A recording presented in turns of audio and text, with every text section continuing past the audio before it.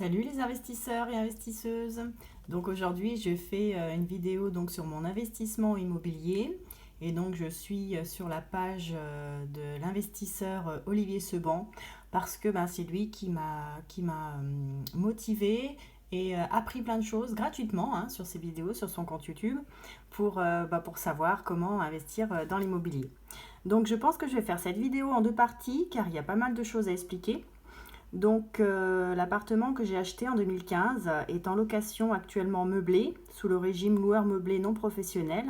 J'ai un abattement de 50% sur les impôts sur le revenu. Donc, cela veut dire que je paye des impôts sur la moitié de mes revenus locatifs. Donc, c'est l'avantage de ce régime. Il a un bon taux de rentabilité car le loyer que je perçois du locataire est supérieur à mon crédit à la banque. Mon crédit est de 270 euros et mon loyer est de 470 euros net frais d'agence. Donc l'agence me prend 50 euros pour les frais de gestion et l'assurance loyer impayé. Donc tous les mois, j'ai 200 euros de différence entre le loyer et crédit dans ma poche de bénéfices. Donc cette somme me sert entre autres à payer la taxe foncière, les assurances propriétaires-bailleurs, l'assurance de l'immeuble et l'eau. Donc j'ai très peu de frais pour cet appartement, environ 500 euros par an. L'avantage, c'est que cet immeuble n'a pas de syndic de copropriété, donc des charges en moins.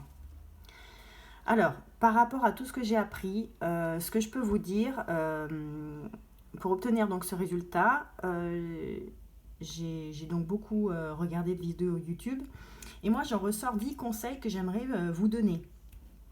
Donc déjà, pour tout savoir ce qu'il faut pour avoir un bon rendement, il faut apprendre avant d'investir. Donc ça, c'est vraiment le slogan d'Olivier Seban, mais il vous dira dans toutes les vidéos, apprenez avant d'investir. Ensuite, deuxièmement, ce que j'ai retenu, c'est d'investir dans l'ancien.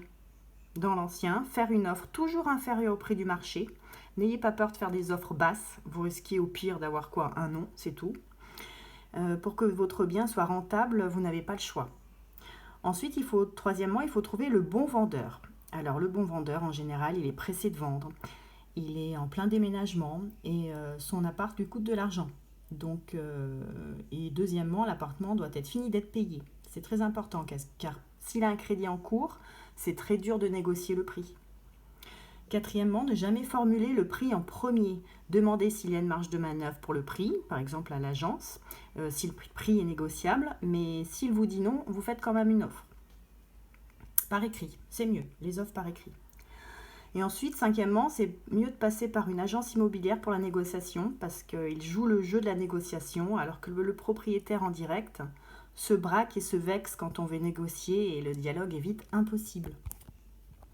Sixièmement, il faut mieux louer en meublé avec le régime microbique, loueur meublé non professionnel, c'est avantageux et plus simple pour un débutant. Septièmement, pour obtenir un crédit plus facilement à la banque, il faut dire que c'est pour votre résidence principale, si vous n'en avez pas déjà une, ils vous l'accorderont plus facilement.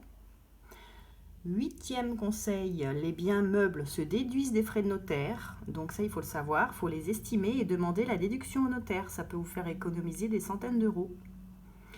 Neuvièmement, donc c'est mieux quand il n'y a pas de syndic de copropriété ou si c'est un syndic bénévole car les charges de copropriété peuvent vite faire fondre votre bénéfice. Et enfin, c'est toujours mieux, donc dixième conseil, c'est toujours mieux de prévoir un apport pour les frais de notaire, les meubles et les frais de travaux. Entre l'achat et la mise en location, il peut se passer plusieurs mois, surtout s'il y a des travaux, donc il faut avoir de quoi payer les premières mensualités du prêt.